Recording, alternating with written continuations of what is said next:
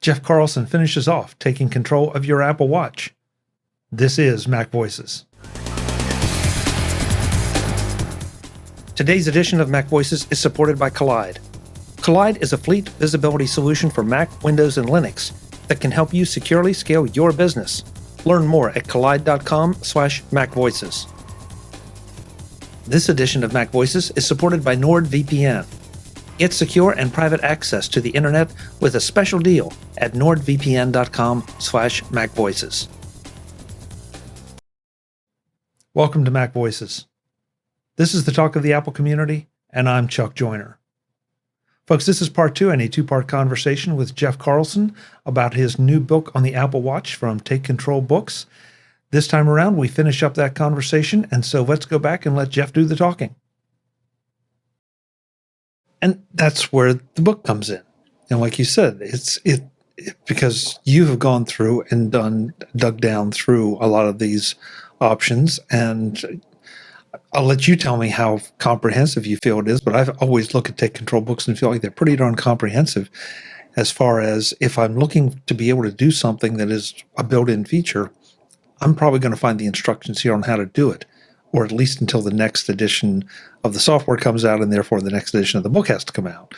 So, it also, in perusing through the book, you find out things that the Apple Watch can do, things that you either forgot about or didn't know about, and that you would like to do or need to do. And so there are all these benefits to having a guide like Take Control of Apple Watch at your command. If you're even if you're an old watch owner, definitely a new watch owner, but even if you're an old watch owner, you've forgotten the stuff that this thing can do. Oh yeah, definitely. I mean, I've tried to make it as comprehensive as I can, and we mentioned before, like getting into the nitty-gritty of book production. This is a book, and I think this sort of reflects the way Apple positions the Apple Watch, because when you watch the keynote and you see the videos on the website, you're like, okay, yeah, it can do like these maybe 4 or 5 things, and that's kind of cool. And so I think, oh, well, good. There's not a whole lot that's changed this year, so it's not going to take me long to update the book. And then I get into it, and I'm realizing that they completely changed this Apple Fitness. This workout. I keep saying fitness and workout, and they're 2 different apps. They've completely changed how you do this one thing in the workout app, they've completely changed the Compass app, which is something that they kind of mentioned, but it seemed like it was really just an ultra feature. There are, I want to say, 5 or 6 new accessibility features that are in there that are great for all sorts of different circumstances. Like there's one that they added the capability to do different gestures, and so there's a setting in there, and of course I should be able to tell you exactly which one it is, but I don't have it in front of me. But like for example, you can get a notification of some sort. Maybe a timer has gone off, or someone has sent you a text, and this is geared toward people who have motor limitations. But you can do a little double pinch. You just go pinch with your thumb and your first finger, and that can trigger an action. So like you do pinch, it pops up, and that it makes the timer stop, for example. Something that can be totally useful for anybody, that I don't think gets a whole lot of attention because it's kind of this small thing. But if you're in the middle of cooking dinner, that's kind of my common timer example. If you're in the middle of cooking dinner and you've got your one hand full of something else and your timer goes off, you may not be able to easily just go and shut the timer off with the other hand, or you're trying to tap the little button with your nose, and it gets embarrassing. But I've been there. I've tried to do that, and with this little feature, you just tap your fingers twice and it makes it go away, and you can configure a few different things. So there's just a lot of little stuff in there that Apple adds and doesn't really talk about. Another example, like you can now create calendar events on your watch, which I think is sort of funny because you've never been able to really do that unless you used Siri. And, are you going to peck at your watch and say, I'm going to have a meeting with Chuck at 4 p.m.? Well, now you can do that. Maybe your phone's in another room, but you really need to remember to mark this down. Otherwise, Chuck's going to send you an email saying, "Hey, are you there?" Right? So that never happens, Jeff. That never happens. That never happens. No, that was a completely fictional example. But it's like stuff like that. And even when you're looking at the calendar app, it's not really obvious that is a new capability there. But for a lot of people, that might be how they prefer to, create a quick calendar entry or something like that. So you mentioned something there that I really did want to ask you about, that is that seems to get overlooked so often, and that is that the Apple Watch is Siri capable, and you can do a lot of things by voice with your watch. When maybe your phone is not too far away, but it's not specifically in range, and I use it. I use it on a pretty regular basis. A lot of times, if my phone is in another room, and it's one of those things that, we know it's there, and it never seems to get talked about. But it's like, wow, this, for those folks who want to walk into the room and shout at the air. Hey, well, I'm not going to do it, obviously, but hey, right. Turn on the lights or remind me to, or anything like that. Mm-hmm. And they don't have a HomePod or anything of that nature, and their phone maybe, again, is not with them, or is deep in a pocket somewhere or whatever. Siri does an amazing job of that with the watch. Yeah. And in fact, one of the things that I like about using it on the watch is you don't have to say the magic words to invoke it. So, for example, because I write about all this stuff and because I'm clearly an Apple fanboy, we have a couple of different HomePods, couple of laptops and iPads and phones.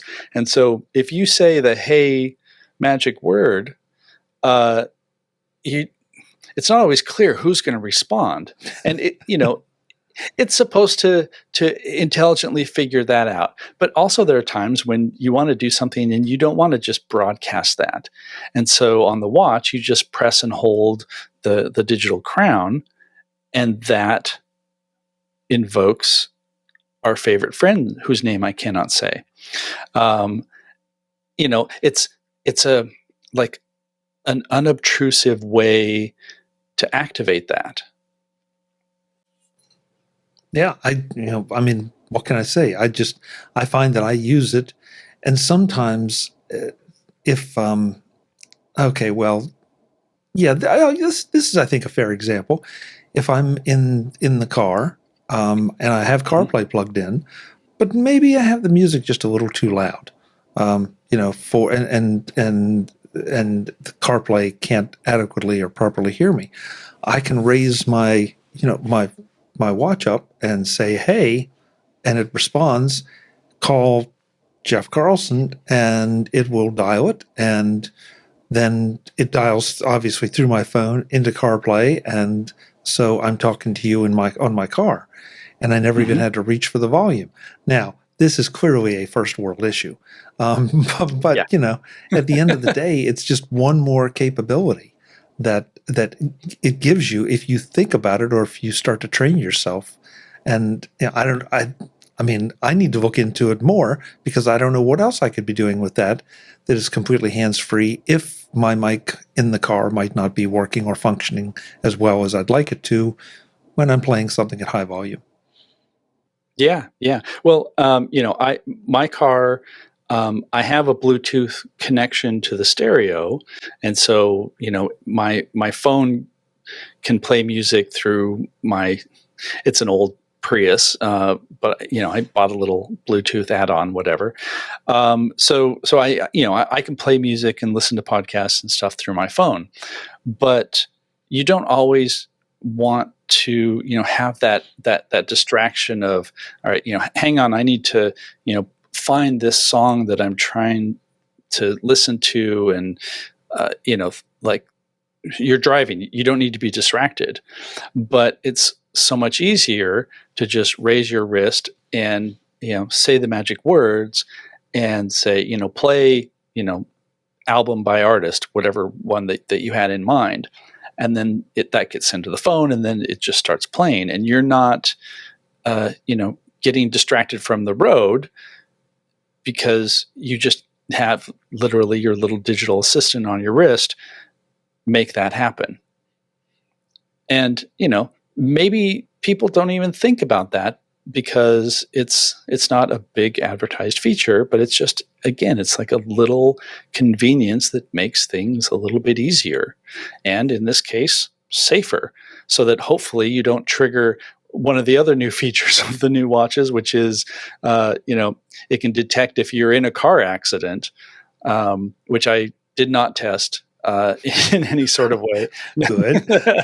Glad to hear it. But knowing that it's there is also kind of one of those other things that even brings up the idea of, I know people who have bought watches for their older parents. I think maybe we talked about this last year, where you've got now we have fall detection. It has this emergency collision, car crash detection based on a bunch of different sensors and motion data. There have been lots and lots of stories of people who have started wearing a watch. They're perfectly fine health wise, and get a little pop up saying, hey, you might have atrial fibrillation.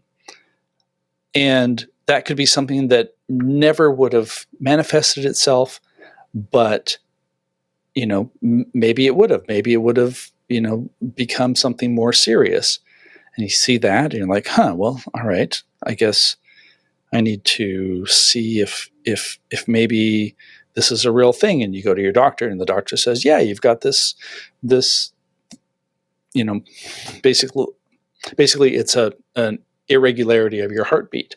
And one of the new things in watchOS 9 is, if you do have atrial fibrillation, it can now track that. So it will pay attention to when your the electricity in your heart kind of stutters and is irregular. And then you can use that data to then go to your doctor and say, hey, like, it seems like maybe this is getting worse, or I'm getting some readings that warrant more more investigation by a professional who has the real diagnostic equipment. And it sounds far-fetched, but I swear every month there's a story in the news that's some guy was setting up his watch for his teenager, and it put it on his wrist, and it told him that there was this potential problem, and went to the doctor, and the doctor was like, yeah, you need surgery, and we're going to save your life, that kind of thing. Today's edition of MacVoices is supported by NordVPN. Get secure and private access to the internet. I don't know about you, but I take my privacy pretty seriously, and my security even more seriously. If you are in that same camp, then you need to check out NordVPN. NordVPN keeps your information encrypted, so you never have to worry about your IP or location getting out. They've also doubled down on keeping you safe with their new threat protection features. Say goodbye to intrusive website ads and malware. Even if you make a mistake and download an infected file, threat protection kicks in and deletes it before it makes a mess of your computer. Don't forget, there's literally no risk to you with their 30-day money-back guarantee. Give it a try, and if you like it, great. If you don't, they'll issue a refund and you can pretend the entire situation never even happened. Check it out at nordvpn.com/MacVoices to get your subscription started today. That's NordVPN, NordVPN.com/MacVoices. Thanks to NordVPN for supporting this week's Mac Voices. Today's edition of Mac Voices is supported by Kolide. Kolide is a fleet visibility solution for Mac, Windows, and Linux that can help you securely scale your business. The challenge with endpoint security has always been that it's difficult to scale, and when remote work took over, that challenge got exponentially harder. You need visibility into your fleet of devices in order to meet security goals and reduce service desk tickets.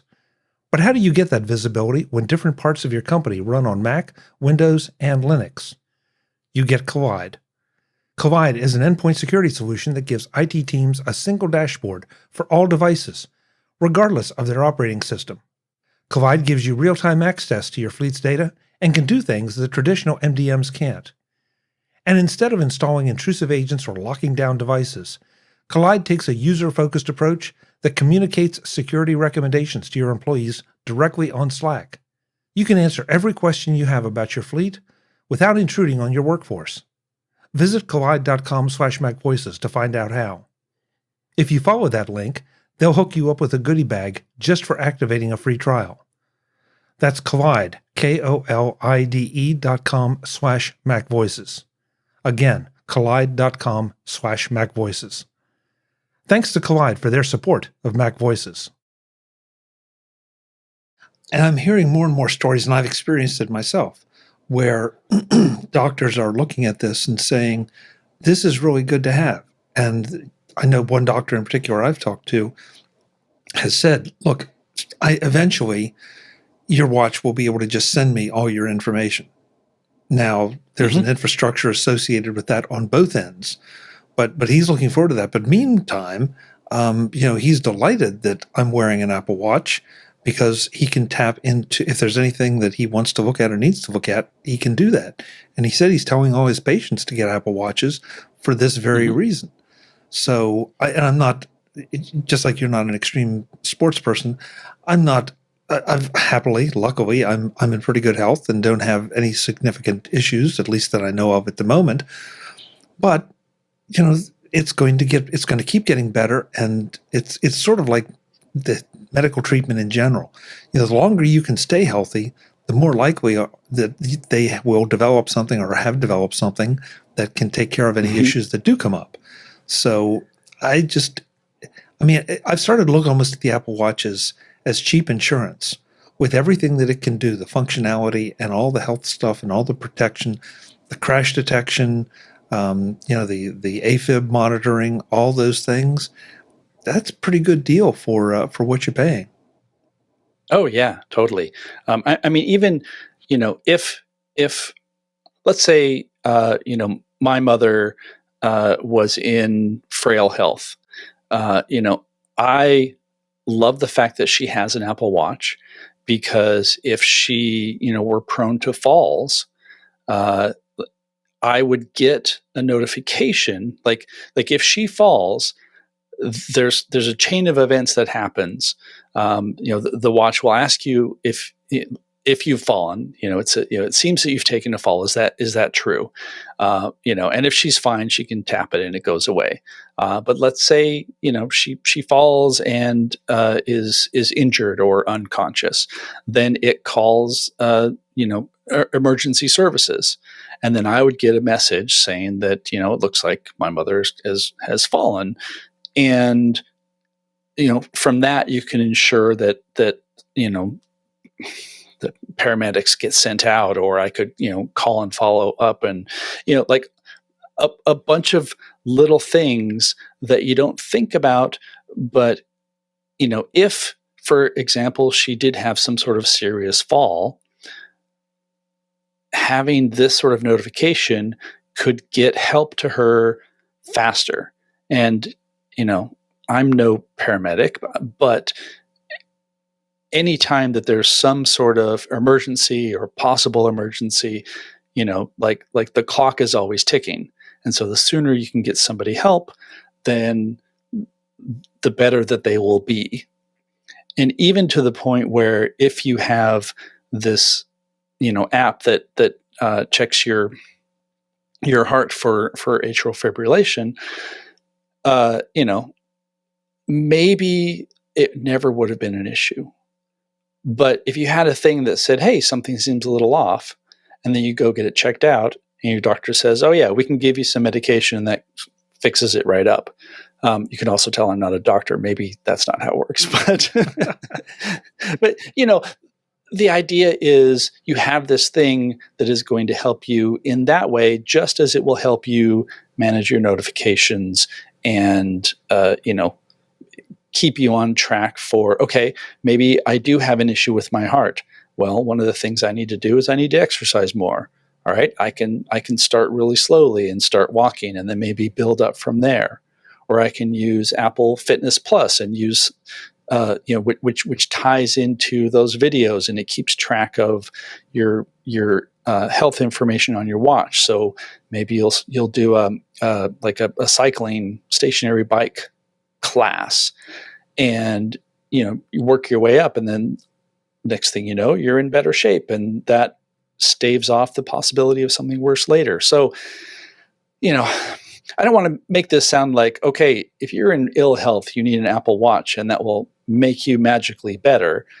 No, but it has the potential to give you the little pushes, the little boosts, the little incentive to do something to make yourself a little bit better.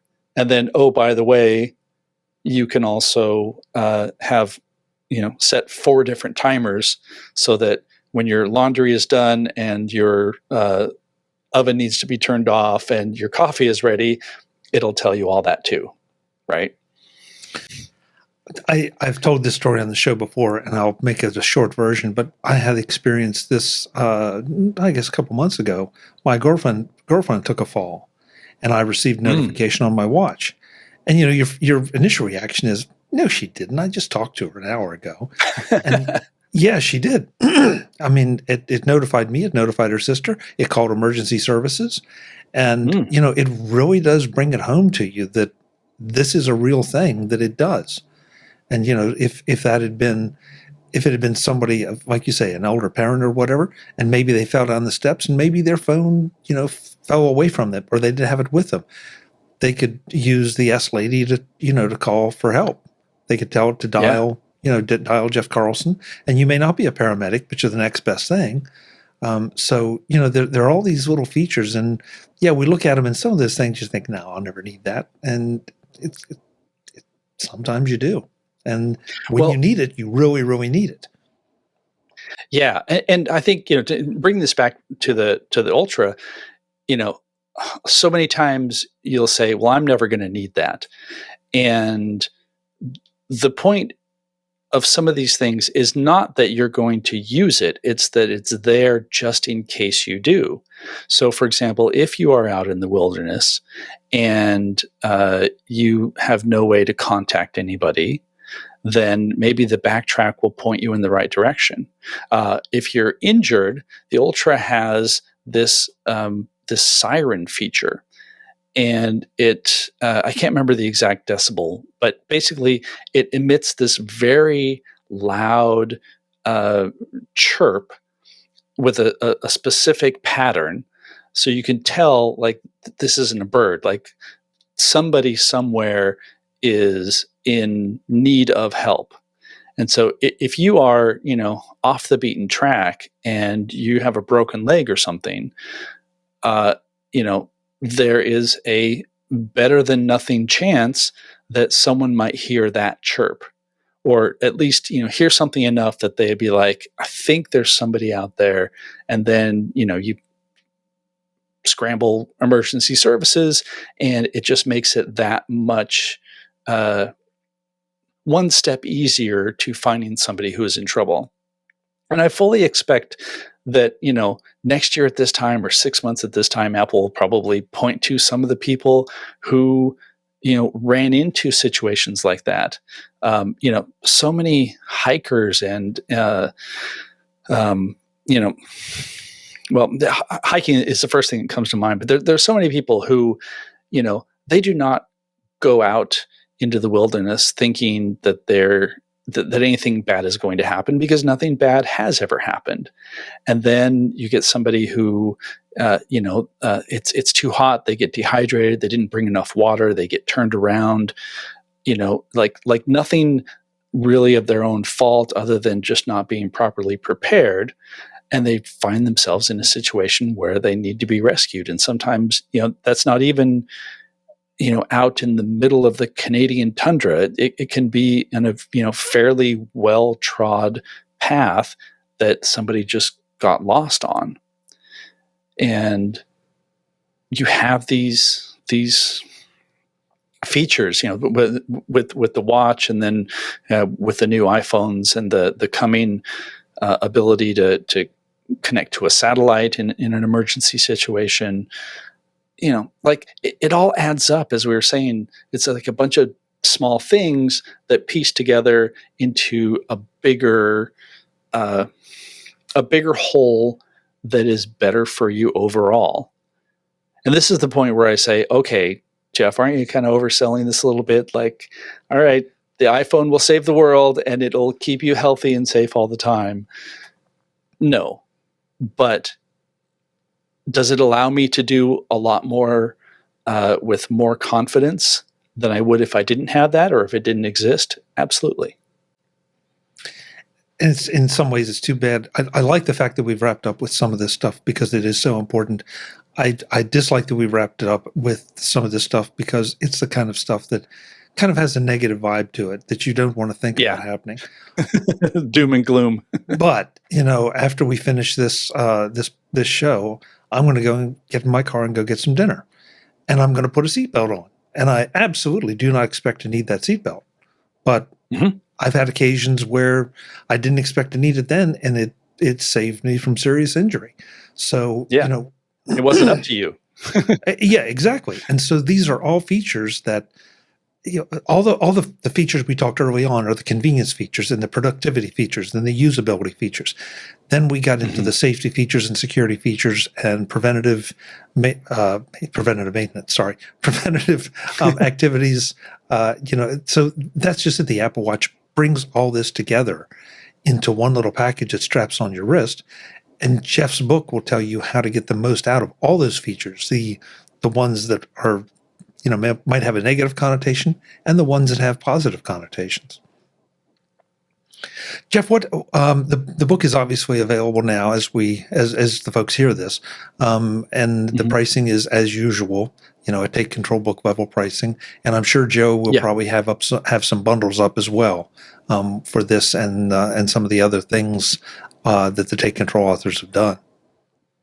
Yeah. It retails for $15, and I think if there's if you own a previous edition, you will have gotten an email with some upgrade pricing. It depends on when you've bought the previous edition. All of that sort of sales stuff. I will point out, just to reinforce how much is in this book.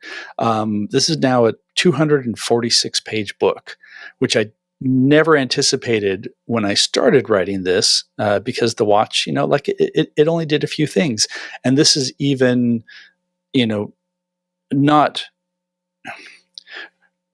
trying to be as comprehensive as I can, but I don't spend pages and pages and pages on every feature because it doesn't really need it. And so, like this is a densely terse, packed book of information that surprises me every time that there's so much in it, because there's so much that the watch can do. And so, I'm a little proud. It's 246 pages. It's a lot of work to update.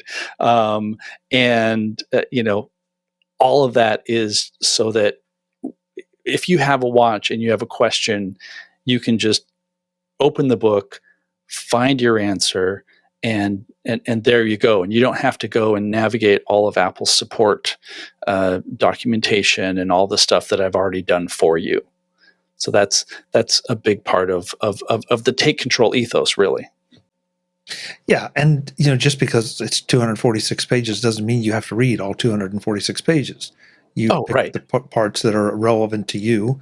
But I would definitely tell you, if you've gotten the book and you've got it, do a little exploring and look at things that maybe you aren't sure about, or maybe haven't heard about, or just find out if those capabilities are for you, because you've got the book right there. Why not? Yeah. Well, and it works really well because, again, this is something that's on your wrist. So, you can have the book open, say, on an iPad, and just sit on the couch and hello, there's our little assistant popping up. And you can sit on the couch and, just explore right there with it. It's super handy. And, again, like, if the watch is always there, it's perfect for all those like down times when you're waiting for something, or you're standing in line, or whatever. Like, there's so much to explore in it. It's kind of incredible. Agreed. So takecontrolbooks.com is where you go to get Jeff's book, and all the other great books from all the other great take control authors. Jeff, I know you always have new projects in the works. When you're ready to talk about whatever the next one is, please let us know and we'll have you back. Absolutely. I love coming on. I love having you. Thanks so much. Folks, I'm Chuck Joyner. This is MacVoices. You know how much I love Take Control books, and I love books like this because they let me find out things about devices I already have that I didn't know about, and I can get even more use out of them. Go check it out. Until the next time, and as always, thanks for watching. Visit MacVoices.com for show notes and to connect with Chuck on social media. Get involved in our Facebook group or like our Facebook page, and get more out of your Apple tech with MacVoices Magazine, free on Flipboard and on the web. And if you find value in it all, consider supporting us through either our Patreon campaign at patreon.com/MacVoices, or by making a one-time donation via the PayPal link on our front page and in the show notes of each episode. You will join these fine people who help bring you MacVoices.